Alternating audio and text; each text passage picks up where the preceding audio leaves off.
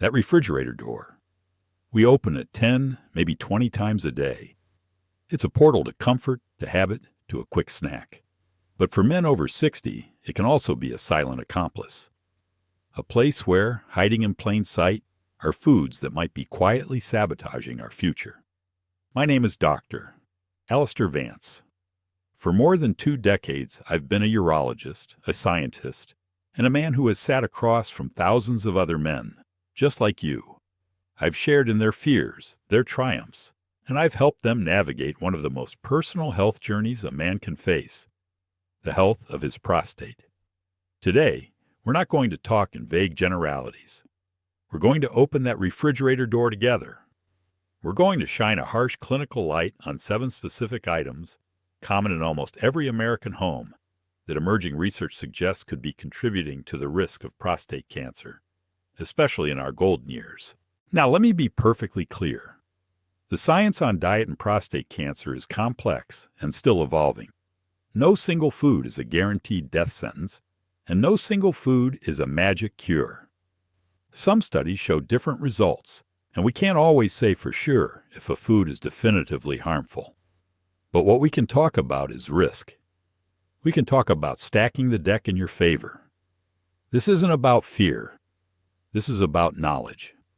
It's about turning your kitchen from a potential minefield into a command center for your health, ensuring you're there for all the moments that matter. The graduations, the anniversaries, the quiet afternoons in the backyard. So, take a breath. Let's begin. First, a quick primer. The prostate is a small gland, about the size of a walnut, that sits below the bladder. Its job is primarily related to reproduction. But as men age, this little gland can cause big problems. Benign prostatic hyperplasia, or BPH, makes urination difficult. And then there's the one we all fear, prostate cancer. While genetics and age are risk factors you can't change, your diet is a powerful lever you can pull every single day.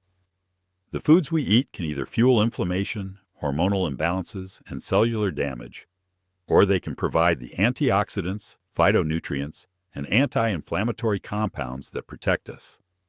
Let's look at what to avoid. The deli drawer. It's the source of a quick sandwich, a weekend breakfast. It's convenient. It's familiar. But it's also ground zero for our discussion. I'm talking about processed meats. This includes everything from deli turkey and ham to bacon, sausage, and hot dogs. The problem here isn't necessarily the meat itself, but what's done to it. To preserve these foods, manufacturers use nitrates and nitrites. When cooked, especially at high temperatures, these can form compounds called N-nitroso compounds. In the body, they can be carcinogenic. Furthermore, the process of smoking and curing meats can create other villains. Polycyclic aromatic hydrocarbons, PAHs, and heterocyclic amines, HCAS. These are big, scary words, but the concept is simple. They are chemicals that can directly damage the DNA in your prostate cells, potentially starting the cascade that leads to cancer. Think about it this way. That simple ham and cheese sandwich you've been eating for lunch for 30 years, is it worth the gamble? Is that convenience worth compromising the strength you need to lift your grandchild? This one is simple. At the start of the week, roast a whole chicken or a turkey breast. Slice it up and store it in your fridge. It's just as convenient, far more delicious, and free of those dangerous preservatives. Instead of bacon, try a breakfast scramble with mushrooms and spinach. You're not losing flavor, you're gaining health. Next up is red meat. I know, for many men, a good steak is a symbol of celebration, of a life well lived. I'm not here to tell you to become a vegetarian. The issue with red meat and prostate health is twofold: the amount and the cooking method. Diets high in red meat, especially well-done red meat, have been consistently linked to an increased risk of aggressive prostate cancer. When you grill, broil, or fry red meat at high temperatures, you create those same HCAs we just discussed. The more charred and well-done the meat, the higher the concentration of these carcinogens. The second issue is saturated fat. High intake of saturated fat, found abundantly in fatty cuts of red meat, is linked to higher levels of testosterone and other hormones that can fuel the growth of prostate cancer cells. It also promotes chronic, low-grade inflammation throughout the body, creating a welcoming environment for cancer to develop. Treat red meat like a fine wine, something to be enjoyed occasionally, not daily.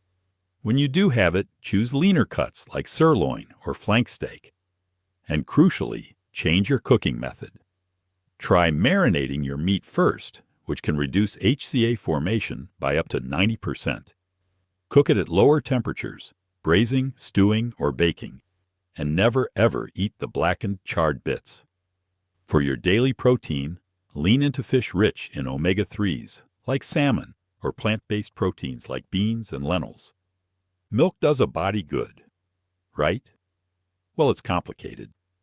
While calcium is important, some large-scale studies have suggested a link between high consumption of whole-fat dairy products and an increased risk of prostate cancer.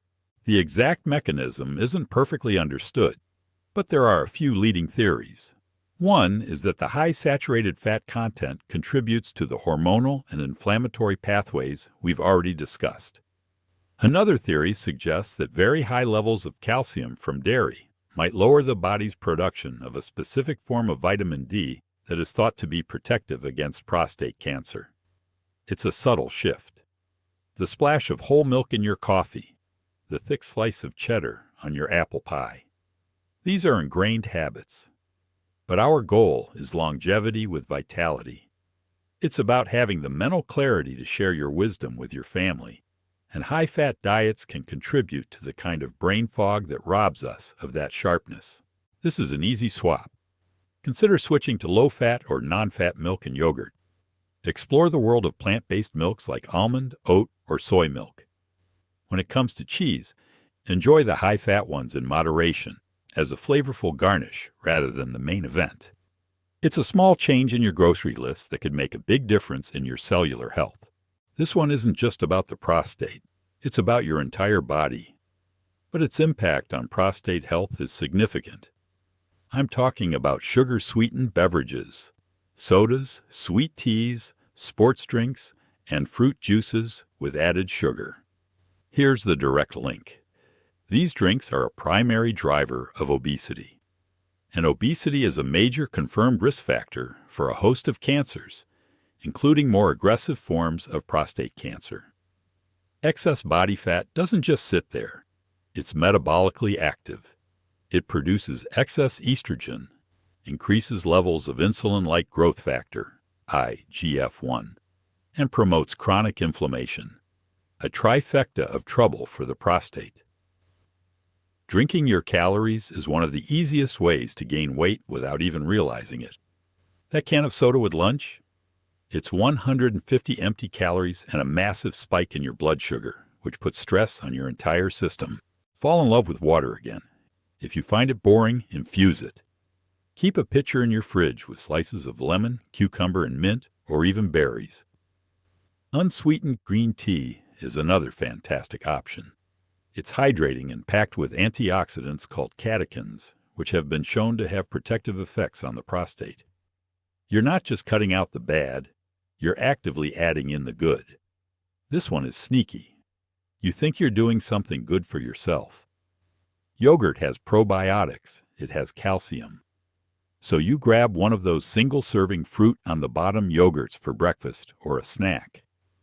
But you have to read the label. Many of these popular yogurts are nothing more than dessert in disguise. They can contain as much, if not more, sugar than a can of soda. That sugar bomb triggers the same inflammatory and obesity-related pathways we just discussed, completely negating the potential health benefits of the yogurt. It feels like a betrayal, doesn't it? You're trying to make a healthy choice, but the food industry has hidden the enemy in plain sight. It's a reminder that we have to be advocates for our own health, to be detectives in the grocery aisle. Buy plain, unsweetened Greek yogurt. It's higher in protein and has no added sugar. Then you control the sweetness. Add a handful of fresh berries, a sprinkle of cinnamon, or a small spoonful of nuts and seeds. Now you have a genuinely healthy, prostate-friendly food that is full of fiber and antioxidants without the hidden sugar trap. This one is less common in the standard Western diet, but is critically important, and the evidence is quite compelling. I'm talking about an excessive intake of heavily salted, pickled, or preserved foods. A significant study conducted in Southeast China and published in the National Library of Medicine found a strong dose-response relationship between the consumption of these types of foods and prostate cancer risk. The foods they flagged included pickled vegetables, fermented soy products, and salted fish. The suspected culprit is twofold. First, the incredibly high salt content, which can impact cellular health and blood pressure.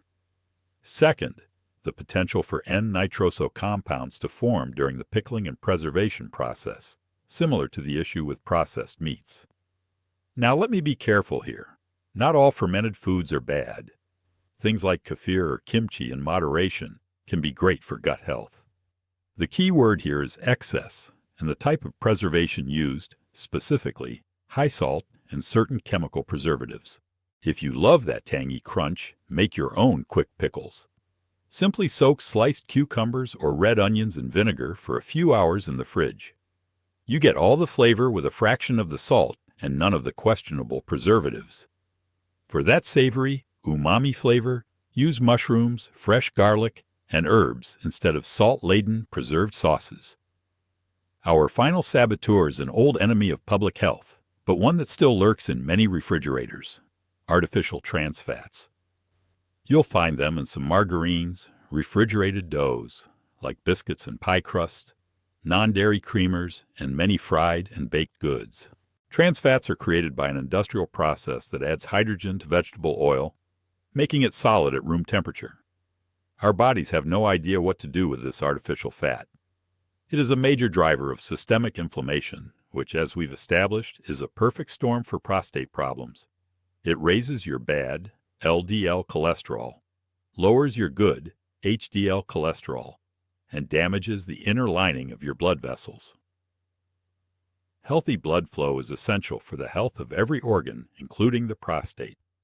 By clogging and inflaming arteries, trans fats not only endanger your heart, but may also compromise the vital flow of oxygen and nutrients to your prostate tissue, leaving it more vulnerable. Read your labels religiously. If you see the words partially hydrogenated oil, put it back on the shelf. It's just another name for trans fat. For cooking, use healthy fats like extra virgin olive oil. For baking, use butter in moderation or explore healthier alternatives. Eat real, whole foods. The more processed an item is, the more likely it is to contain these hidden health wreckers. We've opened the door. We've turned on the light, and it might feel overwhelming. But I want you to see this for what it is. Not a list of restrictions, but a roadmap to power. Your health, after 60, isn't a game of chance. It's a series of conscious choices. Every time you open that refrigerator, you are having a silent conversation with your future self. The self that wants to walk his daughter down the aisle. The self that wants to go on that fishing trip with his son. The self that wants to sit peacefully on the porch with the love of his life, full of energy and vitality. You don't have to change everything overnight. Start with one thing. This week, swap the deli meat for roasted chicken. Next week, try plain yogurt instead of the sugary kind. Your plate is one of the most powerful tools you have. Your kitchen is your pharmacy. This journey is about more than avoiding cancer. It's about choosing life, choosing vibrance, choosing to be present and strong for every single moment you have been given. I'm Dr. Alistair Vance. Take control, take care, and I'll see you in the next video.